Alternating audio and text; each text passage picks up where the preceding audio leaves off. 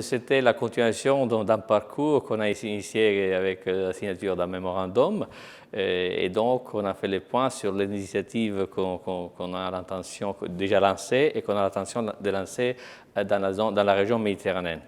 J'ai souligné les souhaits pour M. Graciano da Silva de participer à notre réunion ministérielle qui se tiendra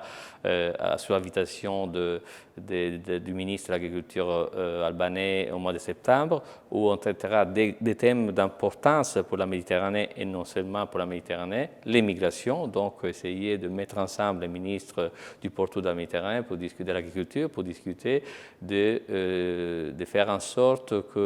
l'agriculture et les agriculteurs puissent devenir une opportunité pour aussi stabiliser les populations rurales et permettre à travers des investissements de trouver dans les pays où ils sont des revenus qui sont à l'auteur des ambitions des agriculteurs. Et le deuxième, présenter notre plan d'action pour la Méditerranée qui porte sur différents thèmes, naturellement la gestion des ressources, travailler sur les zones fragiles et les populations fragiles, les rôles des femmes, etc., dans un pourtour autour d'une dimension culturelle agricole qui tout le monde connaît comme modèle alimentaire durable, diète méditerranéenne. Donc, on a convergé sur le travail qu'on peut faire ensemble et aussi on a souligné l'importance, le directeur général a rencontré le pape Francesco et nous avons des projets similaires pour les petits pêcheurs de la Méditerranée, donc là aussi essayer de faire en sorte de mettre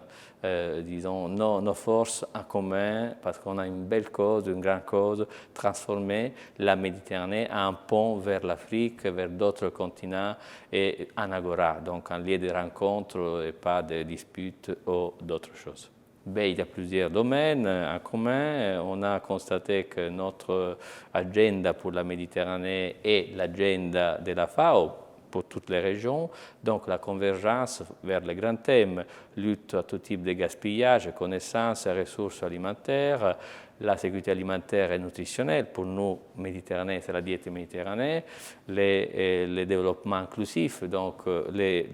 disons, les populations marginales et les territoires marginaux, et les troisièmes, travailler autour de grands enjeux, les migrations, les changements climatiques. Donc, ce sont des thèmes que la FAO développe et nous développons, et donc on veut les contextualiser au niveau de la Méditerranée.